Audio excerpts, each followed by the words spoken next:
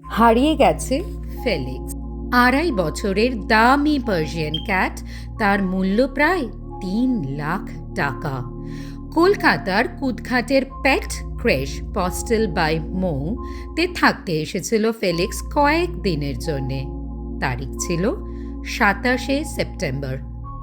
প্রথমে ক্রেশের মালিক মৌমিতা ও তার স্বামী দীপ চৌধুরী নিয়মিত ফেলিক্সের ছবি ও ভিডিও পাঠাচ্ছিলেন ওনারকে, কিন্তু কিছুদিন পর সমস্ত কমিউনিকেশন হঠাৎ বন্ধ হয়ে যায়।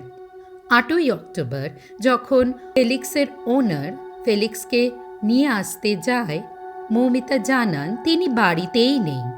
রাতে দীপ চৌধুরী ফেলিক্সকে একটা বাস্কেটে করে তুলে দেন ওনারের হাতে, কিন্তু বাস্কেট খুলে দেখা গেল বিড়ালটি ফেলিক্স নয়, ফেলিক্স ছিল মেল, আর যাকে ফেরত দেওয়া হয়েছিল সে ছিল ফিমেল।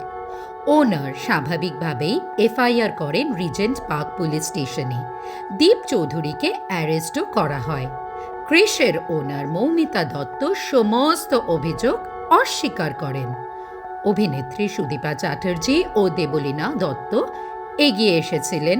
তারা জানিয়েছেন ওই পেট ক্রেশে পোষ্যদের ঠিকমতো যত্ন নেওয়া হয় না, তারা অবহেলায় পড়ে থাকে। পুলিশ ইনভেস্টিগেশন শুরু করেছে, কিন্তু প্রশ্ন একটাই, ফেলিক্স কোথায়? সে কি আদৌ বেঁচে আছে, নাকি তাকে বিক্রি করে দেওয়া হয়েছে? এখন দেখার এর পেছনে কোনো পেট র্যাকেটের হাত আছে কিনা।